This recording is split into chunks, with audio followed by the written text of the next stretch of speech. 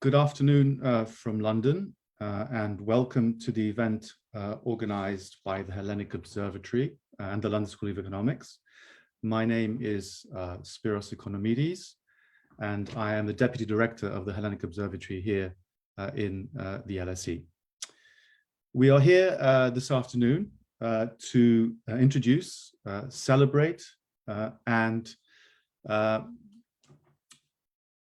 celebrate, and launch the book that is known as the Oxford Handbook of Modern Greek Politics, which is a groundbreaking volume comprising of 43 chapters dealing with a wide range of issues which comprise the politics of modern Greece. And modern Greece, in this case, is not just the last 10 years, but is historically rooted, dealing with a wide variety of institutions, policies, personalities, processes, and other issues. To help us launch this book, of course, we have the two editors of the volume, Professor Kevin Featherstone, who is Eleftherios Venizelos Professor in Contemporary Greek Studies and Professor in European Politics here in the European Institute at the London School of Economics, and he's also the director of the Hellenic Observatory. And in Athens, we have Dimitri Sotiropoulos, who is Professor of Political Science at the Department of Political Science and Public Administration of the University of Athens. Alongside the two editors of the volume, we have three eminent Europeanists who are going to act as discussants and introduce various aspects of the book itself to our audience today. So to help us along today as discussants, we have Kalypso Nicolaidis, who is Professorial Chair in Transnational Governance at the EUI School of Transnational Governance in Florence. And she's currently on leave from the University of Oxford, where she's been a Professor of International Relations. We have Brigid Laffan, who is Director and Professor at the Robert Schuman Center for Advanced Studies at the EUI, the European University Institute in Florence. And we have George Tsebelis, who is the Anatole Rappaport Collegiate Professor of Political Science at the University of Michigan. If you wish to tweet during the proceedings, the hashtag is LSE Greece.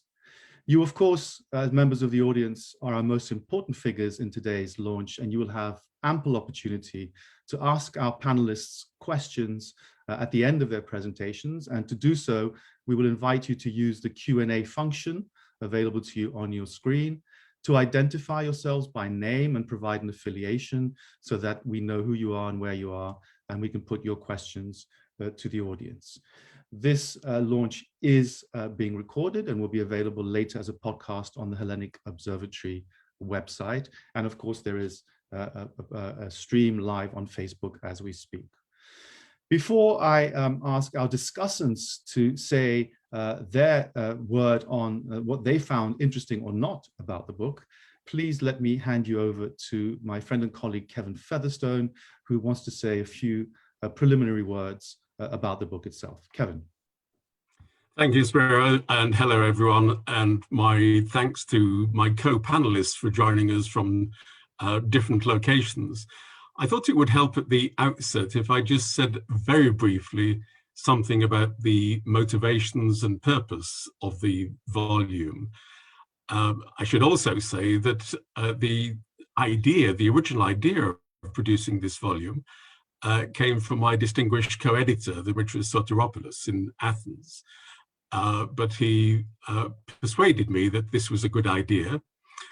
He persuaded me this was a good idea before we realized the time investment that would be necessary in editing a volume of some 43 chapters. But the motivation, I think, was well-grounded. We wanted to fill a gap. Dimitris pointed out that there was no single reference source on modern Greek politics in any language, which gave an authoritative guide. So we hope to be comprehensive in scope, and we have sections which cover political institutions, political parties, interest groups, policymaking, external relations, and political leaders. Our focus is primarily the period of the Metropolitevsi since 1974 to the present. But it is not a chronological history. Instead, it aims to be a reflective set of essays giving commentary and analysis on the developmental path that Greece has followed in this period, identifying themes of continuity and change.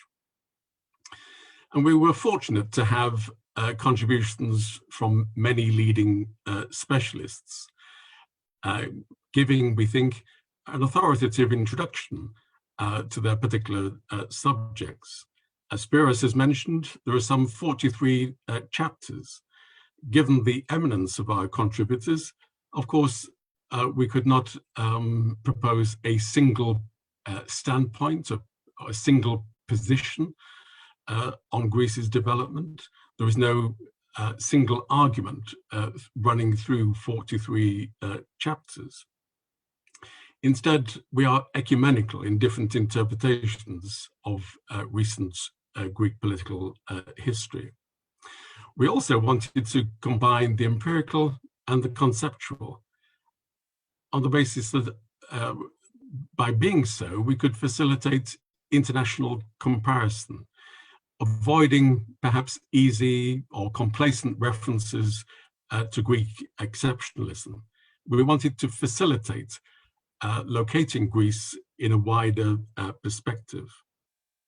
So overall, our purpose was twofold: to help the foreign reader identify and compare Greece, to answer a question, what kind of case is Greece in different subject or issue areas? And secondly, to offer a high quality reference volume for readers in Greece itself. That was the ambition, and obviously the discussion today will seek to evaluate how far the purpose has been delivered. But again, let me thank our panelists, and I look forward to their contributions and the issues they wish to raise. Spyro. Thank you very much, Kevin, for that introduction. Can I immediately hand over now to Kalypso Nicolaidis to hear what she has to say about her reading of the volume. Kalypso, over to you. Spyros, friends, I'm truly honored to be given the opportunity to praise this unique, as Kevin just explained, groundbreaking handbook. And not only because its two editors and many of its eminent authors are longtime friends or colleagues, and its publishers is Oxford University Press. But let me just say that because we're forced to discuss it in this frustratingly un-Greek, inhospitable way, that is Zoom, I thought to lighten up a bit the atmosphere by starting by reminding you of the story, remember, of the surgeon, the architect, and the economist battling it out as to who is the oldest profession. So remember, the surgeon says, we are the oldest profession. We carved Eve out of Adam's rib. The architect pushes back. Well, no, we are the ones who way earlier designed order out of chaos. But then this is where the economists exclaim, but who do you think created chaos in the first place? That's where you don't tell jokes on Zoom because you don't know if anybody's chuckling out there. But the reason I wanted to tell this little story is, well, yes, chaos. You know, Europe's polycrisis that we're still into starts with Greece's polycrisis, reflected and amplified by Greece. So we are chaos, aren't we? I mean, Greece is. But this handbook represents a temple of scholarship that does bring order to chaos in 43 rigorously erected pillars. And so as discussant/surgeon, I'm going back in the professions, who are asked to carve out a minuscule rib from this enormous body of scholarship, I thought, well, what am I going to do? So let me address you directly. Yes, you, the potential reader out there who may be, slightly worried about getting lost in this huge temple. I mean, I've got to show, because you guys haven't showed it, physically. It is an amazing sum. And so to reassure you that you'll find Ariadne's threads in these pages, even if through many meanders, let me give you two threads, Spyros, if you allow me. So thread one. So maybe you're tempted to buy this book because you've long been fascinated or angered or simply bewildered by this Greek exceptionalism that Kevin just alluded to. How special is this contemporary country that cannot be given its own handbook without the adjective modern attached to it? And I say this as an Oxfordian, where I think we have the highest number of ancient Greek tutors in our colleges, attended by many wonderful students. So my point to you, dear reader, is that you'll find three tantalizing, contrasting, but complementary flavors in this book on this thread one question. One, of course, Kevin is in his introduction, starts us off with Greece's wealth, exceptional vulnerability. And many of the chapters, and I only dipped, it's impossible so quickly to read all of them, but these chapters often ponder, of course, about Greece's distinctiveness. But two, the handbook is a serious piece of social science, wedded to a systematic and wide-ranging comparative approach. Kevin just said it. So, Greek capitalism is another Southern European model that over and under protects its society, or semi-periphery like Latin Americans, or the Greek state, a variant that is changing of the post-Ottoman Balkans. Greek political system bereft of partitocracy, explained in great detail, of the states to the east. Greek foreign policy reluctantly Europeanized like other countries at the EU's margin. And Greek leaders, like everywhere else, much more banal than their followers believe. In all of these ways, Greece is just a variant on other countries. And in fact, the claim to exceptionalism is banally unexceptional. In each of our countries, all complex and conflicted societies have their own, proud traditions and contradictions. And normatively, prescriptively, I read the book as interested in whether Greece can chart a course beyond exceptionalism, overthrowing the deleterious complementarity that the book outlines. But yet, nevertheless, that's the third tone of this thread of Ariadne. The reader cannot help but feel that there is with Greece a unique combination of all these shared traits, where the Greek exception, the Greek drama lies. What kind of animal is bred by the combination of the Napoleonic civil code and the Balkans rentier state? A society is sustained both by victimhood and conquering narrative, where we witness both the biggest protest anywhere, but the greatest fatalism too in equal measure. So the book is as much about contrast, like with Sweden and the US, as about similarities. So it's true in the end, there is an exceptionalism in the potential and the limits for reform, or I prefer to say transformation, which really lie in this unique set of Greek problems and potentials that are explored brilliantly in these pages. So that's for the first thread. And very quickly, the thread two, well, Kevin just mentioned it. You may ask this reader, well, is this story really about change or about continuity? And here I give you the same 3 points, change, you bet.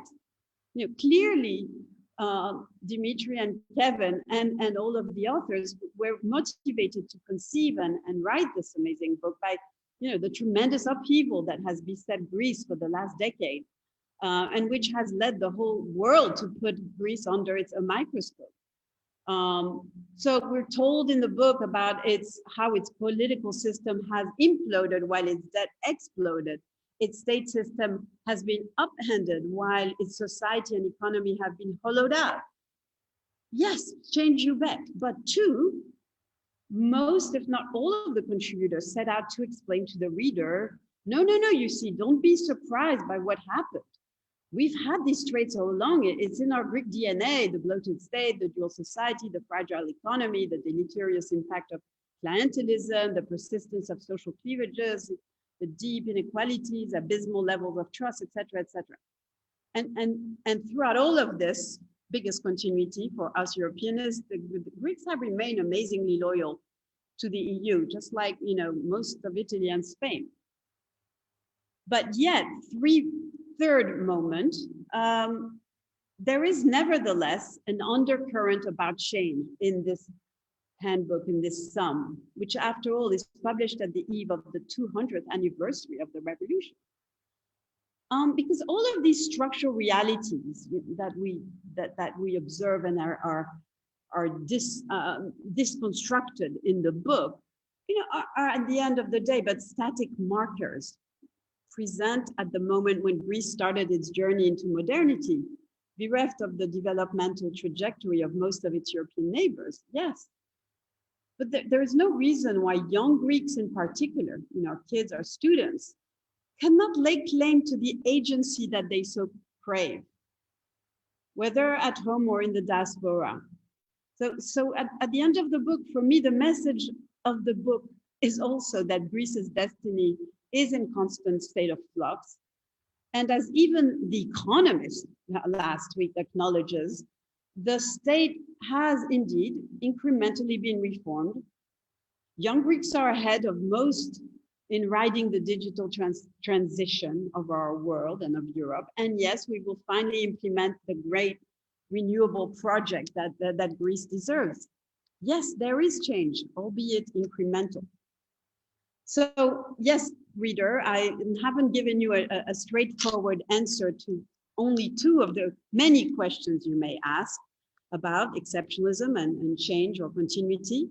But now Kevin and Dimitri, allow me just to end on one more, a bit more personal note. You know, as Greek scholars or half Greek scholars abroad, we seem to always be considered as Greek ambassadors, you know, asked to account for our home country, even if it was never our home.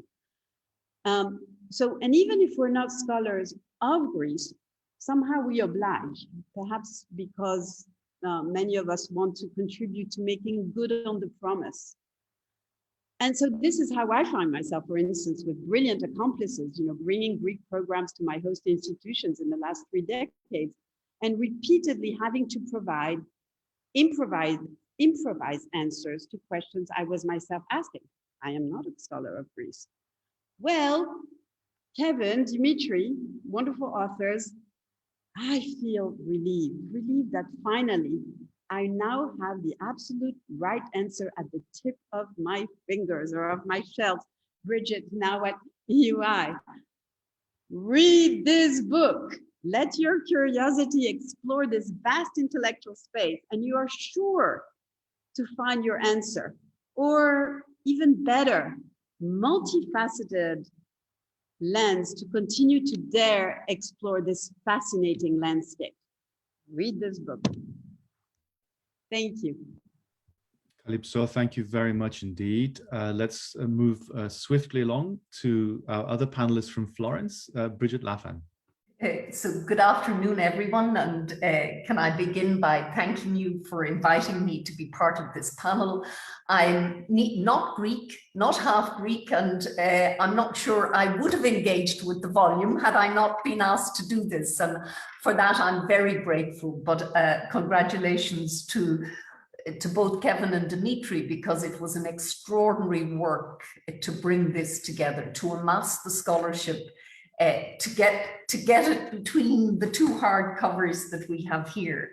And I also think we should thank or appreciate Oxford University Press for producing handbooks on countries that are not the usual suspects, not the large countries. I think that really matters, that Oxford is prepared, and I have just copy edited my contribution to the Handbook on Irish Politics. And I was amazed when someone said to me, Oxford will publish a handbook on Irish politics. So I think we should also appreciate Oxford University Press in terms of its willingness and openness to produce beyond the usual suspects. So there's an invitation in the opening chapter to comparison. What is Greece a case of? And as I read it, I kept running through my mind all of the time was, where does Ireland lie on this? Because obviously that's the country I know best. And I think there are really interesting similarities between these two states, but very different outcomes and products of that modernization process. So the similarities, both are the product of state-seeking nationalisms, both were born of war and insurgency, both are peripheral in their empires and on their continents, both poor. In the 1950s, when the modeling talks began in mid-1950s on a European-wide free trade area, Ireland, Greece, Turkey, and Portugal banded together to say, well, whatever happens the rest of Europe, we're not ready for free trade. We are exceptional because of our poverty. Both states have endured economic crises. Both have had volatility, stop-start, and most recently in the Eurozone. And both states are early late modernizers, because although the Irish state was founded 100 years after, not quite 100 years after the Greek state, but a long time after, the modernization of the Irish state, of the Irish political system began in the 19th century, pre-independence. So then I was wondering, what are the differences between these two poor peripheral states? And I thought the Kalypso's chapter on the trajectory of the Greek state is absolutely marvelous. I learned so much from it. And there he tries to reconcile what he calls Greece's significant successes and devastating failures. And he talks of the debt, the default, the external dependence. But he also says we have to reconcile this with Greece's successes. And I think that's also very important, because remember that poor post-colonial state, 19th century state, survived several dictatorships, survived Nazism, survived major economic crises. And its democracy in the most recent crisis has proved very resilient. So there is a resilience there that's been shown across time, despite all of the vulnerabilities that are there. But then in the early chapters, there's also a lot of uses of indices that say Greece is in the top 40 in the world. So I took a comparative look at some of those indices between Greece and Ireland. And so ease of doing business, Ireland's about 24, Greece 79, globalization, Ireland 4, Greece 27, human development, Ireland 2, Greece 32. And the one that surprised me most, but a lot of these indices, of course, are questionable, the happiness index, Ireland 12 and Greece 82nd. Now, how anyone would be happier to live in Ireland, in that rain-soaked Atlantic island, rather than in beautiful Greece, I don't know. But what comes through, and for me, the most important difference is globalization, because I looked at exports as a proportion of GDP as both countries joined the EU. So when Ireland joined 1972, it exported 30% of its gross product. In 2019, it exported 126%. In other words, one of the most globalized states in the world, whereas Greece exported 21% of its gross product in 81 and 37% in 2019. And that's a major difference between these two peripheral states in that period. And so for me, a big question is the use of Europe and membership by Greece. And Greece had a stellar economic performance in the association agreement period right up to membership.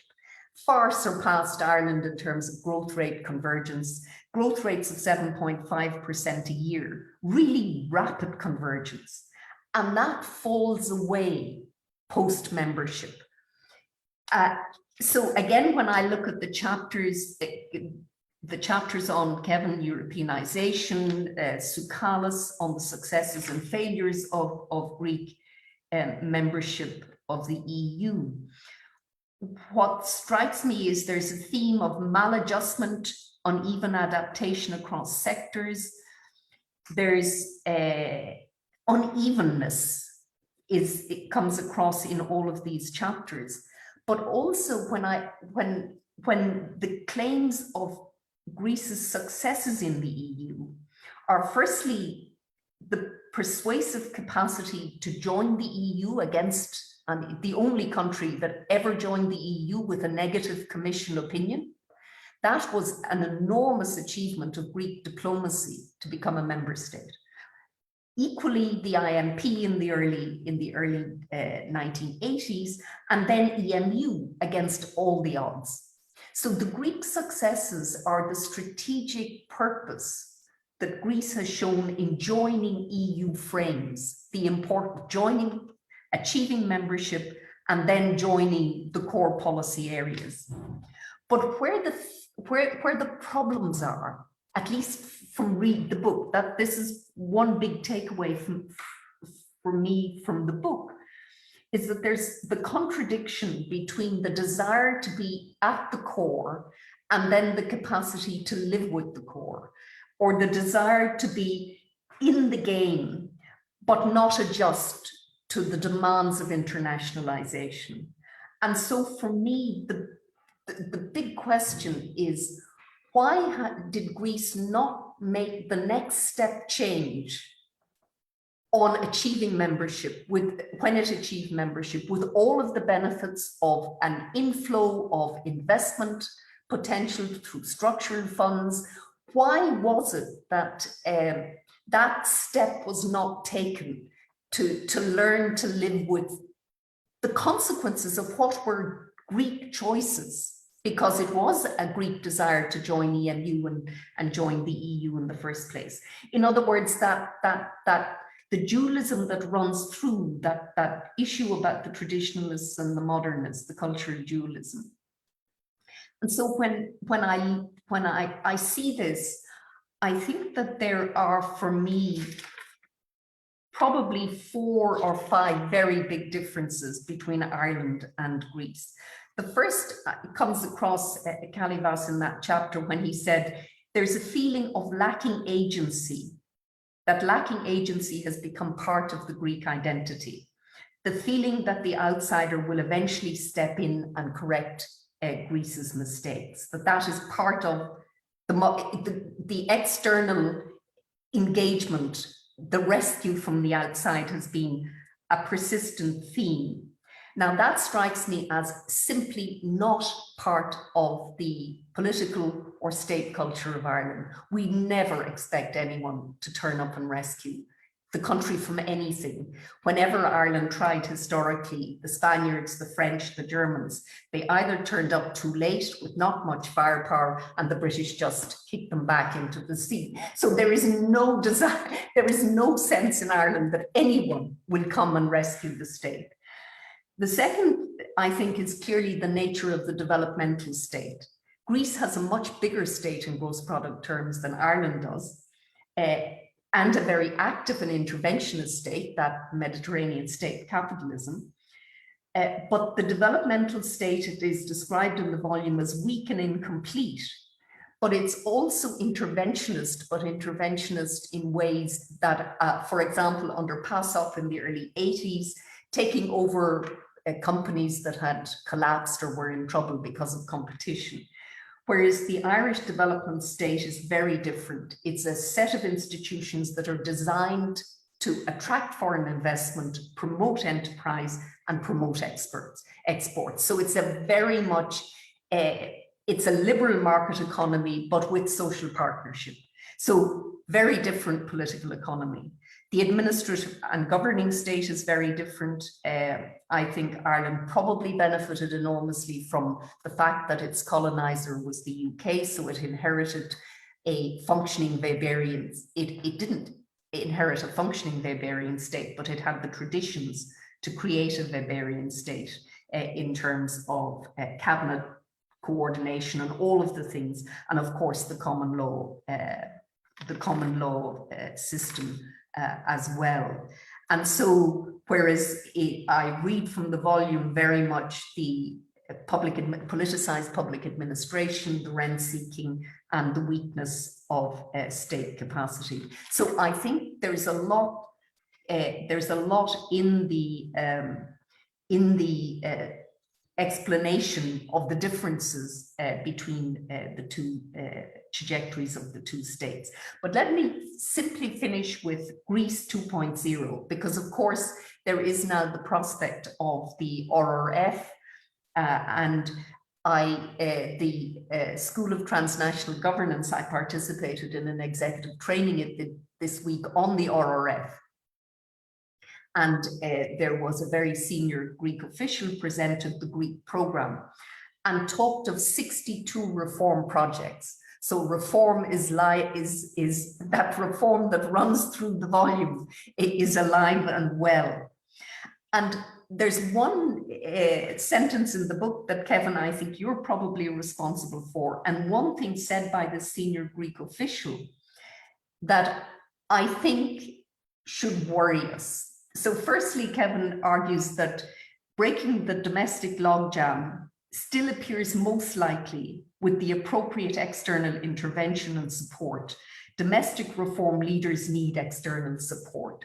Well, in my view, that's not what Greece should aim for. I think it's a mature polity. It has the human capital and resources to take its destiny into its own hands. And in my view, the less external intervention in the next phase of the Greek state, the better. In other words, take the interdependence that's now there. But on the 62 reform projects, the senior Greek official defined reform projects as those areas that do not cost. In other words, it's institutional change, legal change. But what worried me was the idea that reform is cost-free.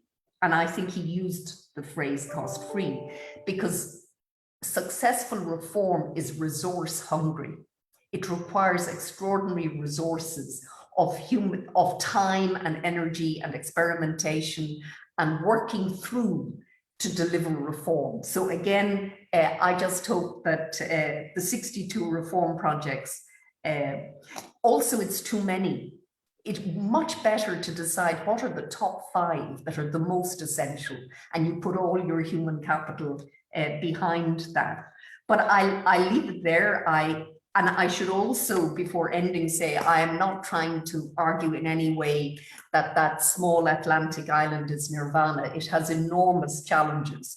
But it's just, I'm very struck by the similarities with which these two peripheral states started out. And they have come to different places. And for me, the biggest difference between the two remains that Ireland learned to live with internationalization. Thank you. Brigid, thank you very much indeed. Now let's move on to across the Atlantic to George Tsebelis, who is going to say a few words of his own on his reading of the book. Good morning, given that I am in another side of the Atlantic. And I thank very much Kevin and Dimitri for inviting me in this enterprise. And I want to discuss the intellectual merit of the project that I find impressive. And when people discuss comparative politics, essentially they take a theory that connects two different variables, as you can see, variable X and variable Y. Let's think about Divergé. He connects the electoral system and the party system of a country. And then they try to say whether Greece fits this pattern. And usually, Greece does not come out on this straight line in most researchers. It comes out like that, like an exception. The reason is endogenous. You are not going to write about something that fits exactly what everybody else has explained already. You are going to take the country that you know best and you are going to say, well, it does not fit the pattern. And then we are going to have the Greek exceptionalism, and depends what we are going to do with it. Maybe we are going to do what Kalypso said, that it was the first country that entered the crisis, and then everybody else entered the crisis. And essentially, we are going to explain, like Mazauer does, that let me share it this way. We are going to show that other countries are going to come exactly in the same pattern as Greece. And this way, Greece is going to be a precursor or a model of everything else that is happening in other countries. That is one way of thinking about it. The more interesting way, which the book adopts, is taking Greece and replacing the word, the dummy variable Greece, by a specific variable, and say that the reason that this thing is happening in Greece is X, Y, Z. And that is, for example, what Featherstone and Dimitri are arguing. To fully address concerns of Greek exceptionalism, the focus on Athens needs to be brought into comparative analysis with empirical depth. Okay, so essentially we are speaking about one country, but then we are trying to see how does it compare with the other ones. Once we are able to do that, then we will have a more general theory that involves the new variable that we have introduced, and then we will be able to compare this, what is happening in Greece, with what is happening in other countries. I'm going to use an example, go back to the pattern of the Greek exceptionalism, and use an example that is doing this really in a very successful way. The ones of you who are reading about Greek politics and policy will know that Vulgaris, for example, tried to see whether Greece matches the modernization theory and the Marxism theory, and he finds out that it is an exception. And therefore, he says what is characteristic of Greece is the simultaneous evolution, creation of democracy and the state in Greece. And so this is the new variable that then somebody will have to start thinking what other countries have this feature, that when they create the state, it is in an undiversified political body. And another country that would come to mind would be the United States, and then a theory would develop trying to find out similarities between Greece and the United States because they share this feature. Let's go now to the book, and let's see, for example, Alivizatos in his chapter and Gerapetridis in the chapter on parliament argue that Greece is a Westminster model of democracy, and that nobody who is Greek is going to debate. And it is an accurate assessment that if we want to understand how Greek politics works, we have to look at England much more than at Germany or at Denmark or Sweden. Well, if we try to think about what is the theory around that, we have to go to the Divergé story that says proportional electoral system and multi-parties on the one hand, go with a multi-party government, but here we have a single-party government. We have proportional electoral system, reinforced electoral proportional and multi-partyism, but we have a single-party government. So it is an exceptional feature, which is exactly what this picture shows, and which is exactly what Dinas is reporting.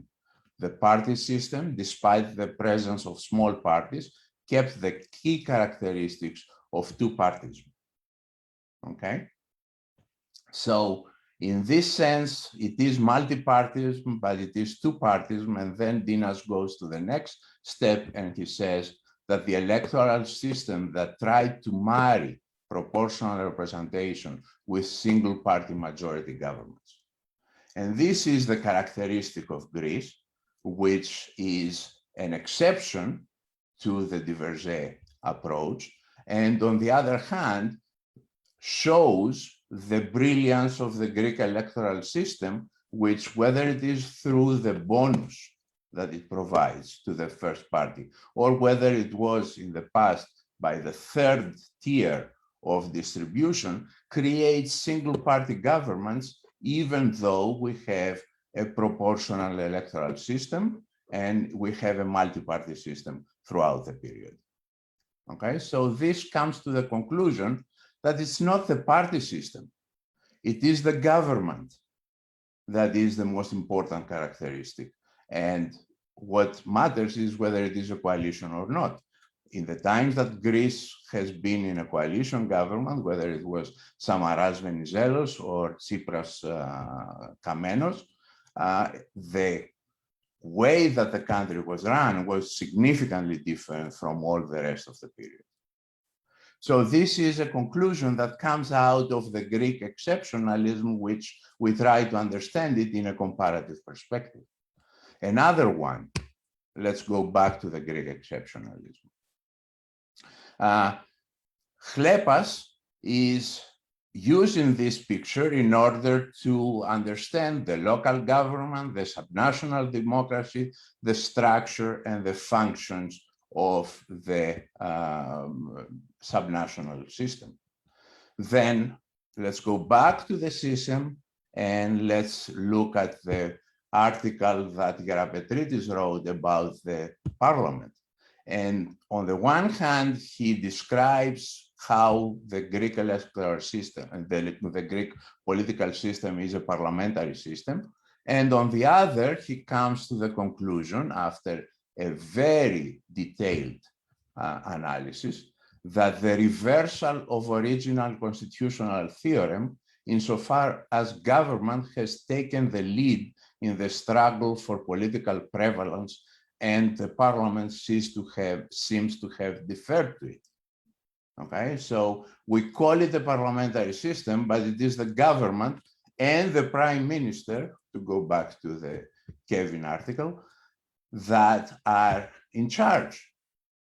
Okay, that is again something that is surprising, but if we think about it, it is the rule.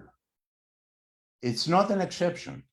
Okay, let's think about it. Let's think about countries and the legislative, L in the picture, and the executive, E in the picture.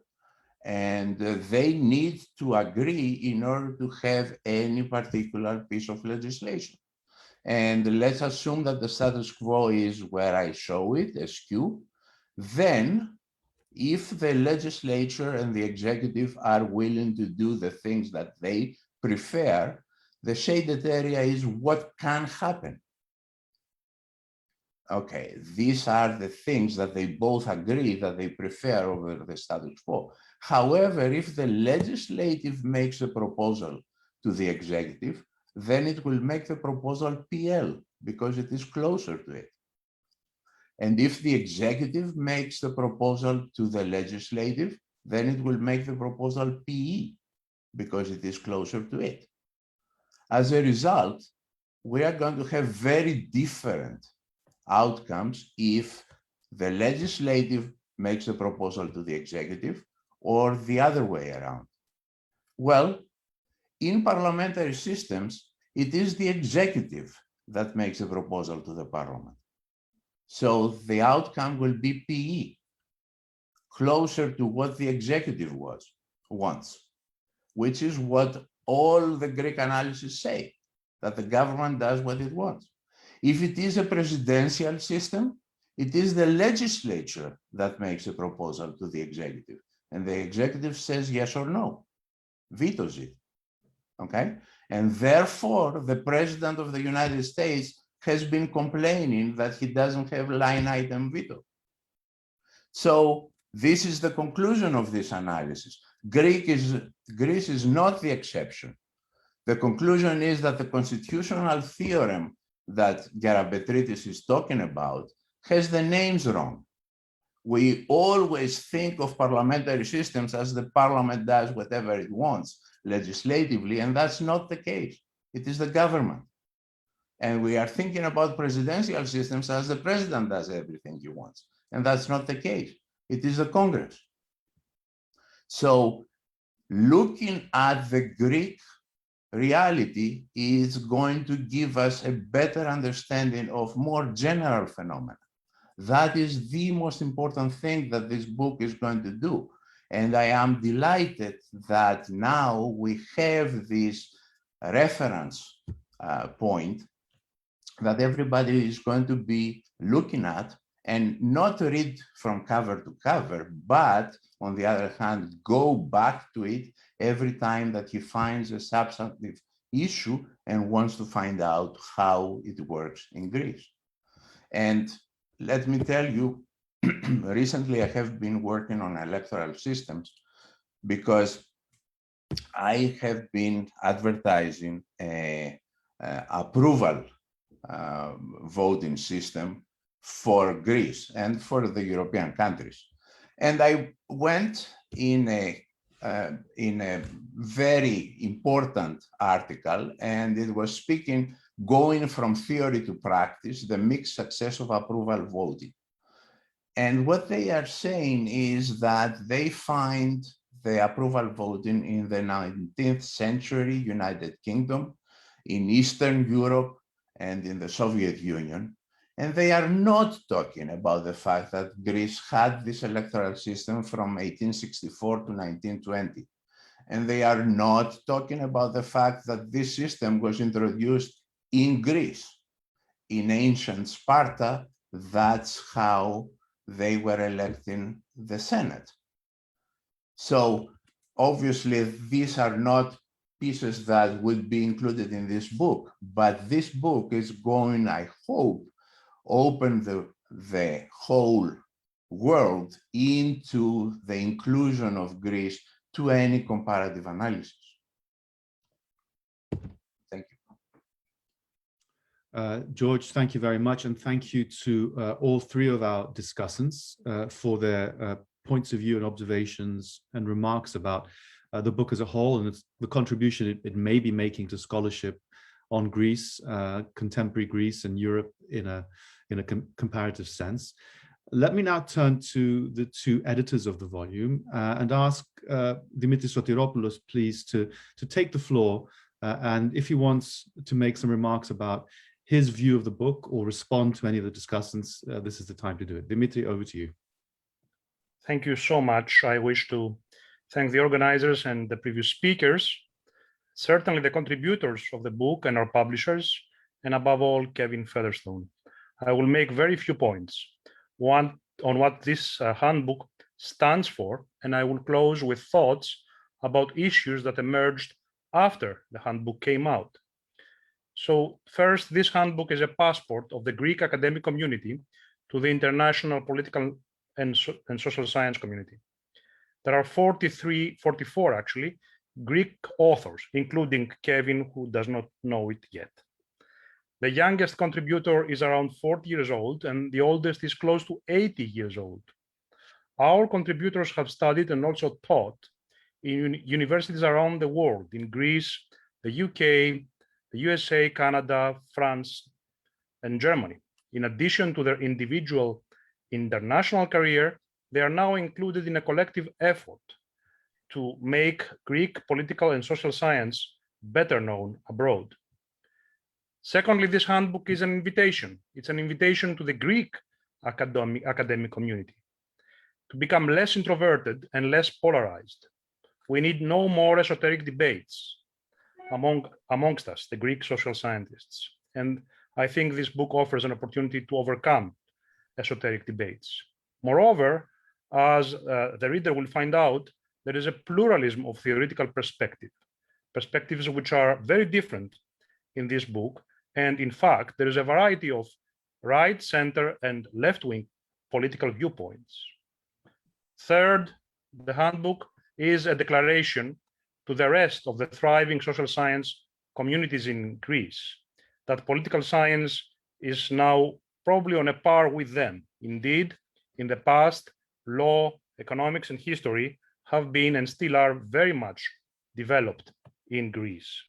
And political science now, I think, is able to also claim that it is a field that is very well developed in my country. And that is a long process that started with the oldest contributors to our volume, and it is now going on. There is a critical mass of Greek academics who are political scientists, but of course, Greek politics cannot be understood, as it is evident, only through the perspective of political science.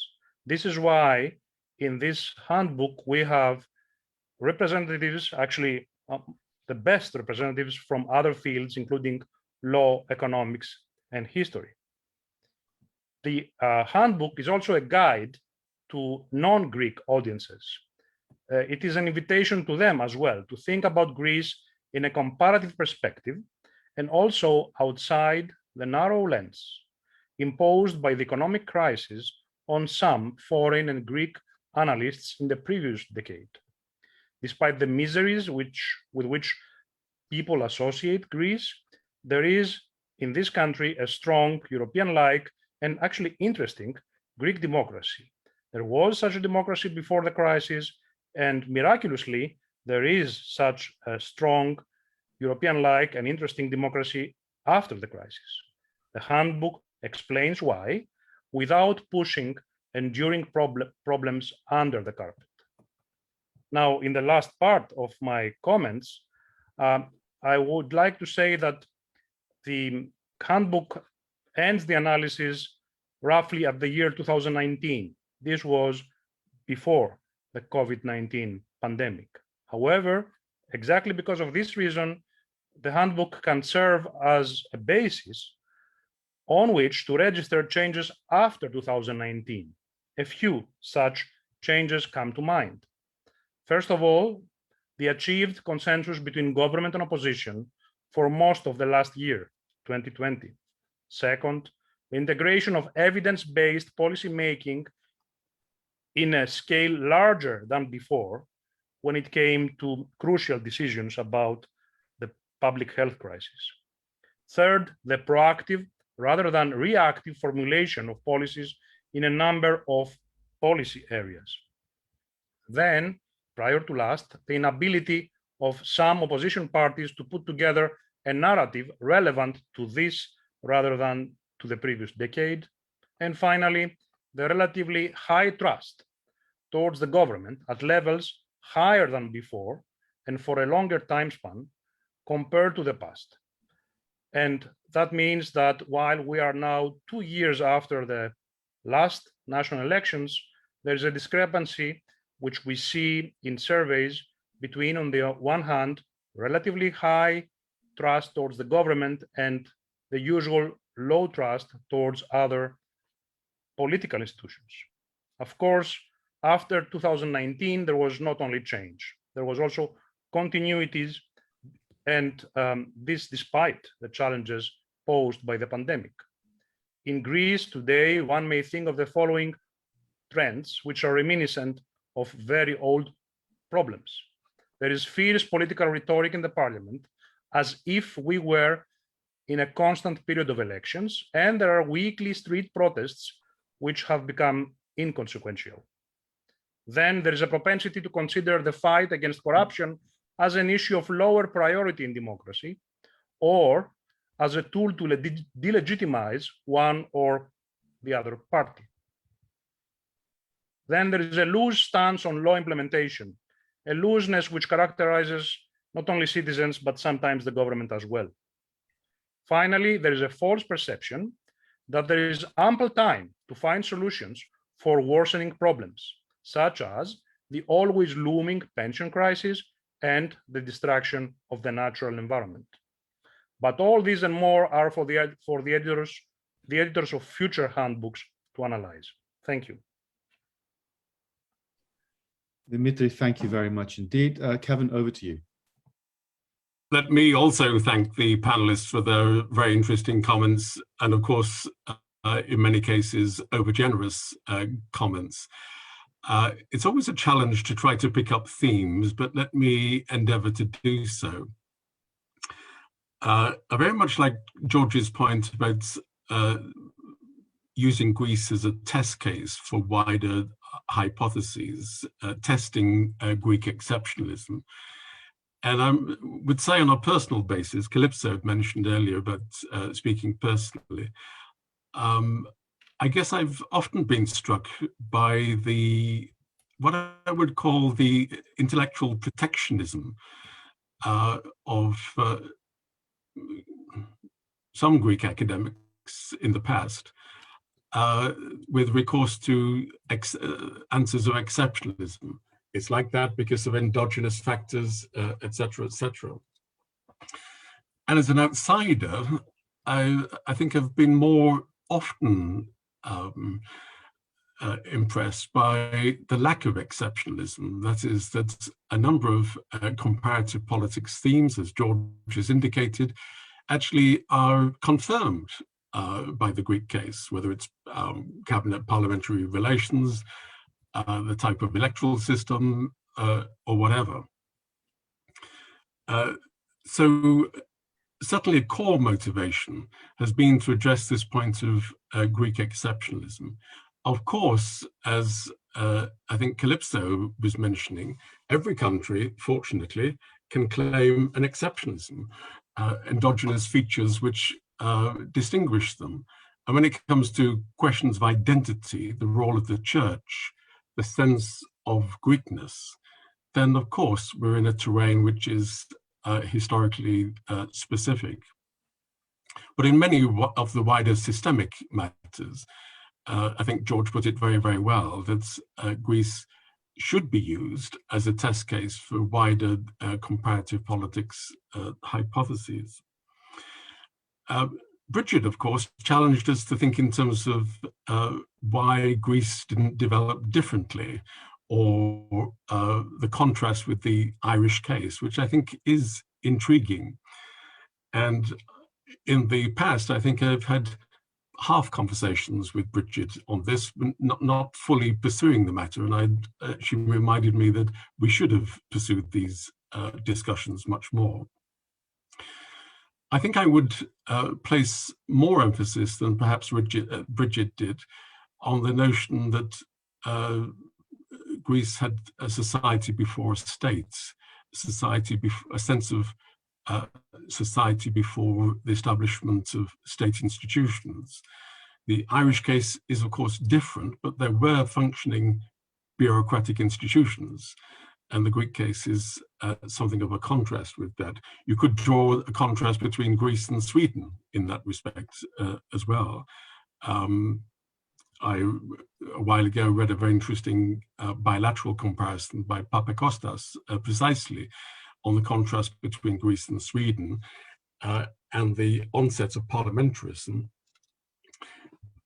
in a situation where society was stronger than the state.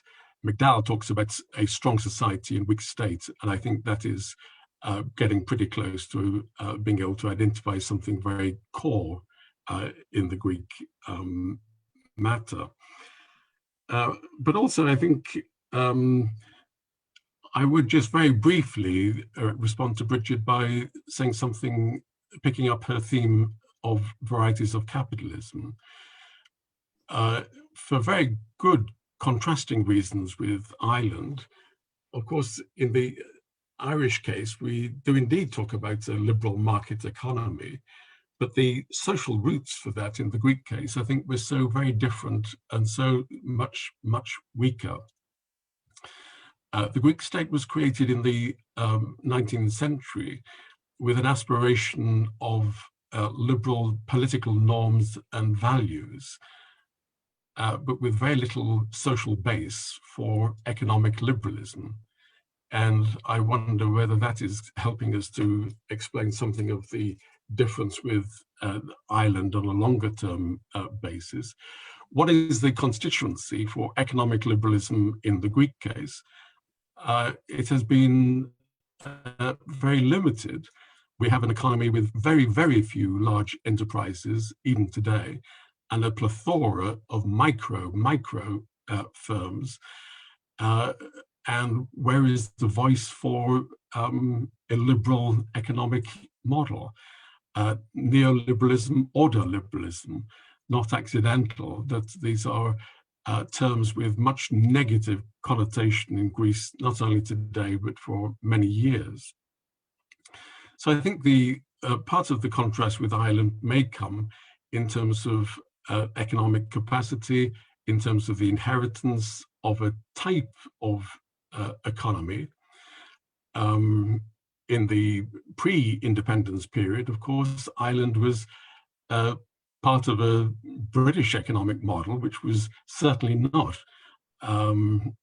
similar to that of Southern Europe or the Greek case.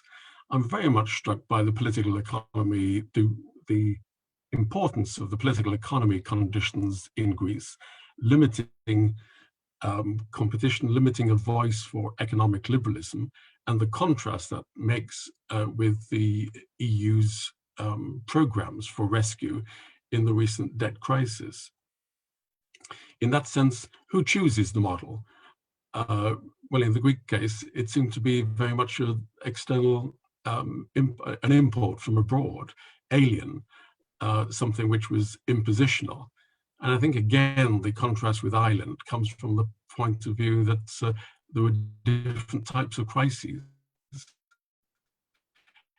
In Greece, it was a crisis, a fiscal crisis. It was much more the private banking sector. And therefore, there's much more scope for Europe to be seen to be impositional, blaming the failings of the Greek state. In the Irish case, the failings were in the private sector. I think, let me, Spyros, just say two more sentences, if I may. The Greek case, I think, to me, in the context of the European Union, shows very much the incompleteness of the EU today. The European Union has a very heterogeneous 27 member states, not only with different domestic economic models, the political economy approach, but also very contrasting qualities of state institutions, institutions able to deliver public goods. How does the EU then handle that? I think the EU currently lacks the instrumentation, but also lacks the political capital, the legitimacy to be able to manage the European macroeconomy in such a diverse, heterogeneous fashion. The Greek crisis, I think, accentuated this problem, that they are doing something to us in an impositional, alien sense. Again, it's a question of who is choosing the model, what's their accountability, and what's the legitimacy of a model being imposed, and when did Europe become associated with a singular model rather than accommodating a plethora of different state traditions and different political economy traditions. Final comment in terms of what Kalypso was saying. I thought it was very important, corrective, that you're emphasizing that there is much flux, there is change. But also I thought the most important question she was raising was this sense of there is more agency. And I think that gets to the heart of a long-term cultural pattern in the Greek case, the extent to which the individual citizen believes that he or she can be agents of change, whether that is in wider civil society via the state institutions and public goods, or whether it's in terms of developing change in the private sectors. Do we take optimism on the legacies of the recent crisis? Of course, there is much more political fluidity, much less loyalty to political parties after the crisis than before. Half of the party system collapsed. But there's also been much more mobility. Sadly, in the context of the crisis, hundreds of thousands of Greeks voted with their feet, chose mobility and left the country. But I think Kalypso is right that as we go forward, that sense of ownership by individuals, that they can be agents of change, is the crucial variable here. The extent to which Greece has actually changed from its past, I think, rests on that particular proposition. So again, thank you to each of you, and no doubt there'll be opportunities to come back and respond to these questions later in the discussion. Back to you, Spyros. Thank you. Thank you, Kevin. Thank you, Dimitri, for your, in a sense, coming back to the comments made by Kalypso, Brigid, and George, and saying a few more things about the book in general. Could I remind our audience that you can ask questions via the Q&A function on your screen? We have a trickle of questions coming in, but I'm sure people have had a chance to think a bit more about what's been said, and perhaps they have more questions they'd like to ask. So I do invite you to put your questions in the Q&A, and we'll filter them through to the speakers. Before I sort of pick up on some of the questions that are being asked, perhaps I could ask a general question to any of our panelists who wish to answer, because it seems to me that one of the themes that's been discussed so eloquently, both in this afternoon's presentation and in the book, is the relationship between continuity and change. This is a book which deals with Greece since 1974. And I would be interested to hear what all of you or any of you have to say in response to a question which says or asks, what do you think has been the most significant change in Greece, in Greek politics, in modern Greek politics since 1974, and why? So that's something that I would like to explore with you as a way of introducing perhaps more themes. A second question revolves around this theme of exceptionalism, which has come up repeatedly in all your presentations in one form or another. And it's an inherent discussion, part of discussing modern Greek politics.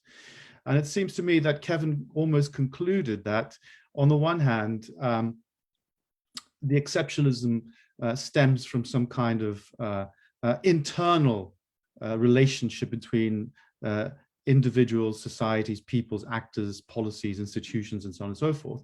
But there's a very big external dimension to this.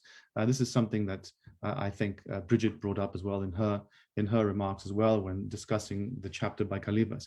To what extent is Greek exceptionalism for Greeks really dependent on how they view the outside world and the outside world's impact on them? That there's this constant idea that people are intervening and meddling in our affairs. We've come up to the 200th anniversary of the creation of the Greek state, or the Greek War of Independence. And this has been the same kind of debate that's been going on ever since then. What is the role of the outsider as an agent for change? So I just wondered whether any of you would like to take up the first question on change. What's been the biggest change since 1974? And secondly, whether exceptionalism is really the result of this vision of the outside world, of the system around us, rather than factors which are internal to Greece. I know this is an artificial separation, but I think you sense what I'm driving at. Dimitri, would you like to kick us off? Thank you very much. Regarding the two questions, I think the biggest change since 1974 can be couched by two words. One is political stability, the other is political participation. Since 1974, there is a stable liberal democracy, and that was not granted before 1974. And secondly, gradually there has been an expansion of social and political rights, the ushering in the Greek political system of the masses, and participation of people coming from very different social origins through political parties in Greek politics. So I would say these are the two most important changes. Regarding exceptionalism, I usually side with the people who claim that there is much more exceptionalism than we usually think. Even today, when we claim that Greece has converged a lot with the rest of the European Union, if you look at many indicators, and I mean standardized indicators available on international databases, you will notice that on issues on which we tend to be proud of, such as the recent digitalization of the Greek state, we still lag behind. On issues on which we are not so proud of, such as the lack of substantive consultation among social partners before policy measures are taken, we lag behind. We are not the only ones lagging behind. There are other countries in Europe in which you have the phenomenon of, let's say, weak or bottomless consultation among stakeholders. And there are other countries in which digitalization has not progressed regarding, for instance, the functioning of central, regional, and local administration. However, I would go on for a long time if I had to cite all those instances on which, despite progress, this very strong and actually very interesting democracy still seems to have a lot of work to do in order to catch up with other member states of the European Union. Thank you. Thank you, Dimitri. Kalypso, would you like to join the conversation on this particular issue? To build on what Dimitri just said, part of this political progress, if we can put it that way, since 1974, has both led but also been made possible by a partial overcoming of the wounds and the polarization of the past. And that is something that is kind of with us, to stay. So I think the narratives of the political sphere in Greece is also very important. And actually, I wanted to link that to a kind of question I want to throw back to the editors, because we haven't, but Dimitri, you were saying how the book is an invitation to the Greek academic community. But how does the Greek academic community relate to the media?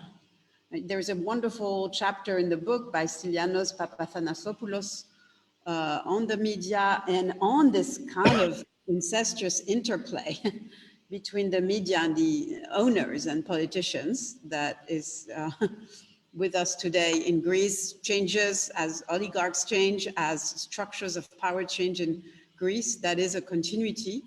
But as you're, part of the book itself, let's not aggrandize, academics, but you're part of the conversation.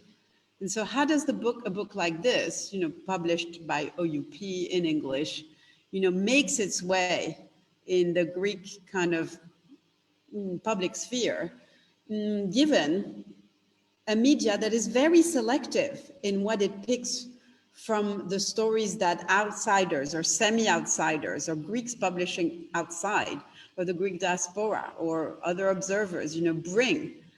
And indeed, just recently, it's really fascinating to see how the media picks and choose from the praises of the outside that you were just stating, whether it's partial on digitalization, for instance, and then kind of forgets the critiques, right? And or depending on where they sit. So I was wondering about that to you both, and in terms of the fate of the book.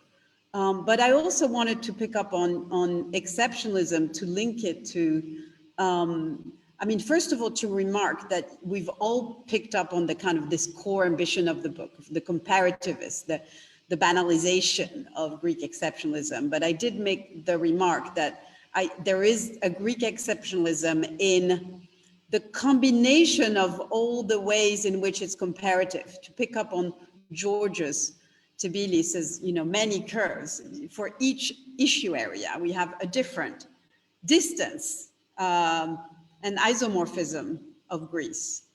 And I think Greece is quite unique in all its comparators, from Westminster to Balkans, to Ireland, to Southern Europe, etc.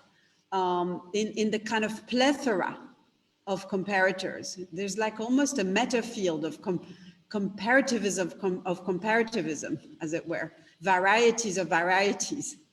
And I think that carves a kind of exceptionalism, if we want to retain a residue of exceptionalism, even though it's not like we have to be attached to that exceptionalism. But one theme that has come back, and Kevin also picked up, is this theme of the society before the state, and yet the state stronger than society. And I wanted to throw in the, bringing it back to the COVID moment that Dimitri was talking about. What does all this how does it pan out with the COVID moment? Because, I think you might agree that there's a kind of COVID paradox that we're living through, which is that we're witnessing both the demand and supply for stronger states and stronger societies. Stronger states to deliver the goods, and stronger societies to kind of implement and be responsible for this society of care that is necessary. And I'm just wondering, but this is not just brainstorming, that, how does this feed into this kind of hope for Greek agency? If this society has this partial dependence on the state, and yet autonomy, and yet story of fierce rebellion and all the rest of it, how does that feed in this state-society relationship with this COVID moment, this redefinition of state-society relationships around the world? Maybe Greece has some sort of comparative advantage here. Okay, Kalypso, can I just stop you there to try and bring in both Brigid and George? You've raised a lot of interesting questions there, not least the question of the relationship between media and politics, which is not unique to Greece, but it's an interesting case in Greece as well. The issue of agency and the issue of comparators and who the appropriate comparators are, and of course the relationship between state and society. But could I just go back to my previous question for the time being? Perhaps the other panelists would like to pick up on any of your points and discuss them. But Brigid, do you have any sense either of what you would see as the biggest change in terms of Greek politics since 1974, or a view perhaps on exceptionalism and what it means and what it might mean across a variety of different European countries, and where Greece might fit into that? So firstly, on the most significant change, I think Greek society should take great strength from the fact that its democracy was stress tested in a way that very few democracies are during the crisis, and it came through. And that's really a mark of a resilient democracy. And I think given the history of dictatorship in the past, then that for me is a fundamental shift. Now, of course, democracies are never safe, but I really do think there are very few democracies have been stress tested in the way that Greek democracy was tested in this period. On exceptionalism, so I go back, so I think there is a danger with the exceptionalism narrative, and that is we are different, and therefore things can't happen. And I do think it goes back to that issue of agency and relationship to the outside powerful external actors. So Kevin, you talked about the fact that there was no support for liberal economic values in the Greek system, but both Ireland and Greece entered the 1960s as rural agricultural countries. They were not different. So the big difference was the openness to the outside world, not the world to come in to help, to rescue, but rather the world to come in to give the expertise and the capital that was lacking in the domestic economy.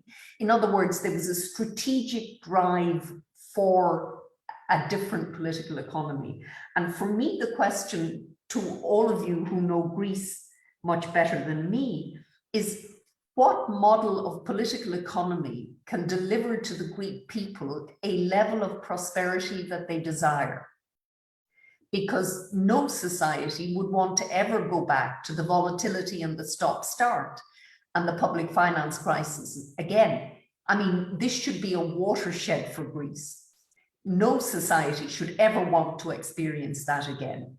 And so my question is, where is the strategic model and what are the choices that Greece has to make about a model of political economy for the future that is a fit with the world as it is, not the world as they might want it to be, with the EU as it is, rather than an EU with very significant interregional transfers, which it's slowly, piano, piano, there are changes. So for me, that's the big question, I think. Where is that model that will avoid a return to the Eurozone crisis, to the pathologies that led to that, but also the experience of it? What is the model and what are the choices that Greece has? And then where is the capacity, both in the state and society, to mobilize around that strategic future? Because that, for me, is what is demanded of the country in this period.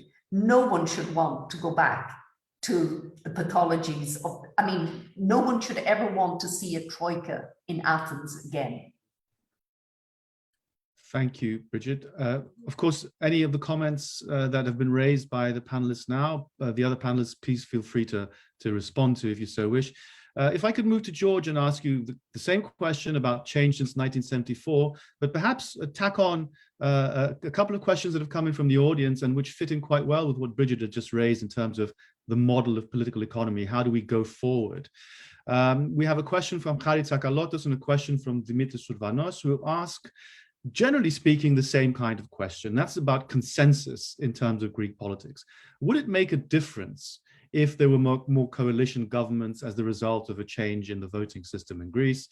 Would less veto players in the system allow for the emergence of a consensus that in a way may address some of the questions that Brigid has raised about, you know, how do we move forward on a consolidated plan with a vision for the future, which gets away from the idea that we're constantly being told to do what to do from abroad?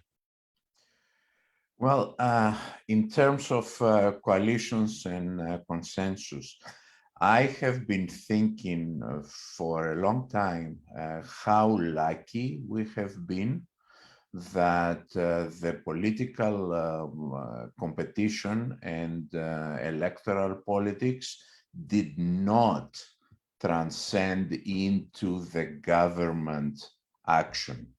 Going back to Andreas Papandreou, who came with a slogan out of the EU, out of NATO, and then he didn't do anything. Moving to Tsipras, who said, you know, we will take out the memorandums with one article. Essentially, we have been extremely lucky to throw away the polarization that comes in the electoral debates and in the electoral competition, and get moderate heads of government, both from the right and from the left. Okay, without Tsipras, we may have been with somebody else from Syriza, we may have been outside of Europe. And I don't know what we would have had without Mitsotakis as the head of the New Democracy. So this is a very successful operation that I don't know how much credit we can have essentially as a people. Probably it is a very strong centrist sentiment inside the Greek electorate that influences the politics of both parties and selects the more centrist leaders. Now, once we go from that to the government, would we be better off with coalition governments? Well, one coalition was, in my opinion, a successful one, the center-right one. The Samaras Venizelos government were able to interact with each other in a successful way. The Tsipras-Kamenos coalition was not successful, but it was a kind of getting completely out of the mold. Neglecting the left-right axis and moving into the pro-anti-European axis, and that was the only thing that was uniting them. And as a result, we are lucky that we didn't get out of Europe, but on the other hand, on the left-right axis, we didn't do anything because it was impossible. Thank you, George. Kevin, remarks? Thanks very much. I would add to the biggest change since 1974, accession to the European community, then European Union. And I think Greece is a society in which Europe has played a huge role in a very interactive sense. How can we define Europe without the Greek legacy and the Greek input, etc.? But I think joining the European community changed the external dependency.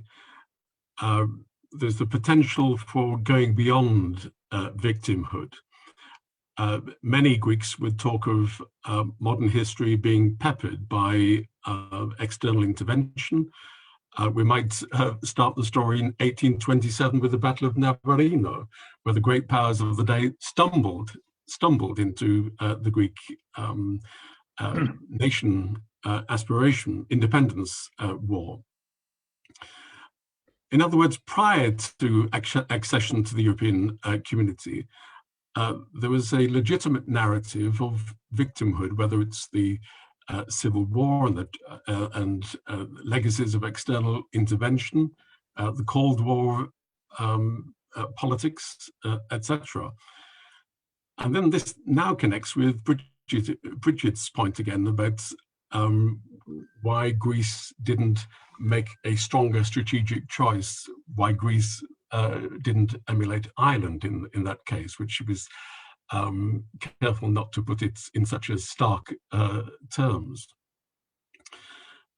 The difficulty, of course, was that Europe changed, and we've been referring to some notable statements. Let me refer to George Papandreou's statement of 2010.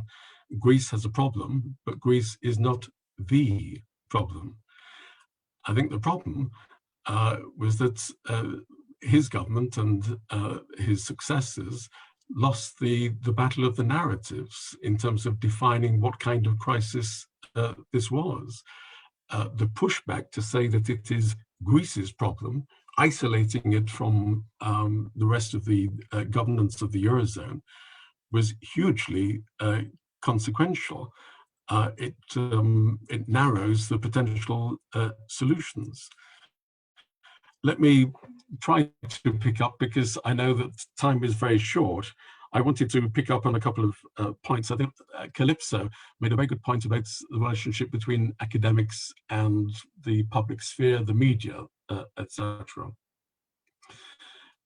There is a remarkable legitimation of external expertise as opposed to domestic expertise in the Greek case. Successive governments have set up international committees to advise on pension reform or whatever it might be. And they are given the legitimacy because they are external academics, external specialists.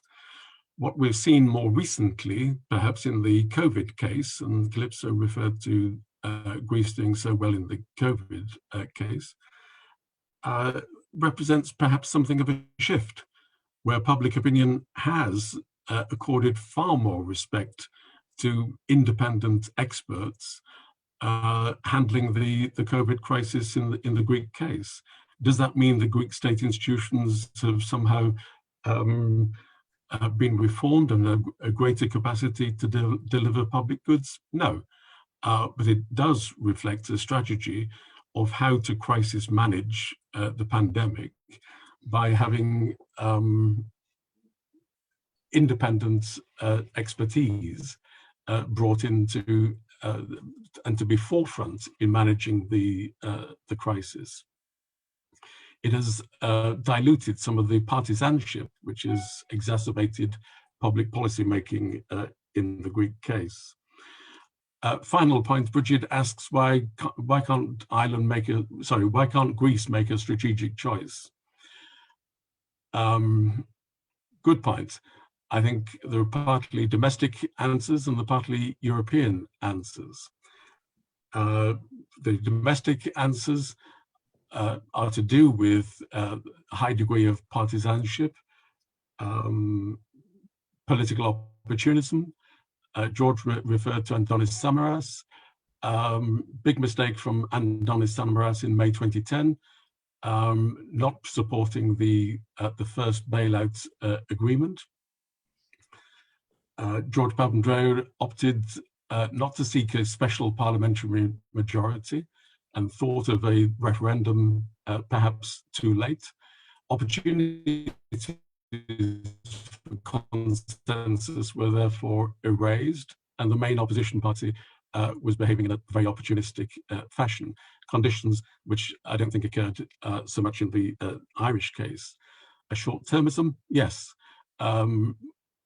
Grounds for optimism, we've seen in more recent times the Pissarides Commission and the support of the current government for that Pissarides long-term economic plan of a kind as a means, as a new kind of policy making, establishing a new legitimation of expertise for how the country might go forward.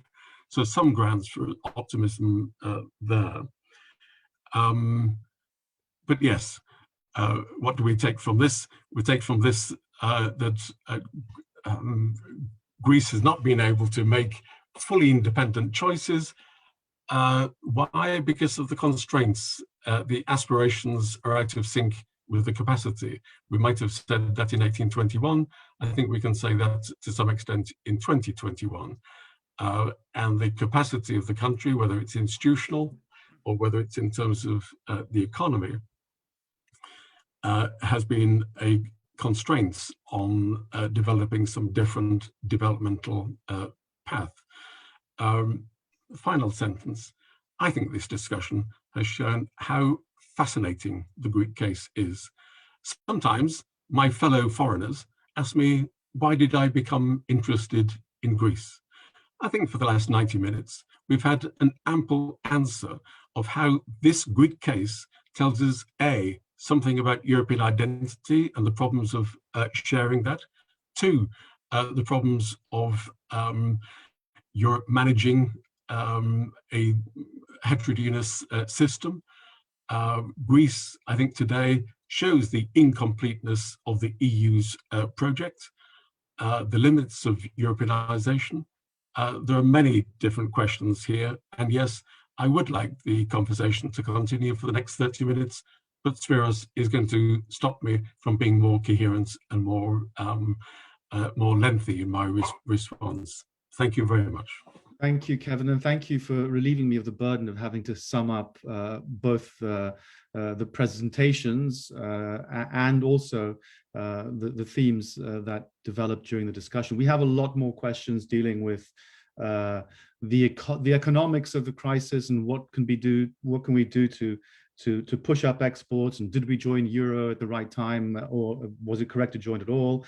There's questions on foreign policy. There's questions on whether the comparators should not be Sweden and Ireland, but perhaps the countries of the Western Balkans, and so on and so forth. The list is endless, but we don't have time to discuss those right now, but I'm sure that there'll be future opportunity to touch on all these questions. Before I thank you all, can I just make a little public announcement on behalf of the Hellenic Observatory?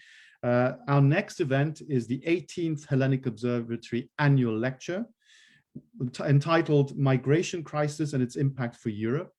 The date is Tuesday, the 22nd of June. The time is 1300 UK time. The speaker is Notis Mitarakis, who is the Minister for Migration and Asylum.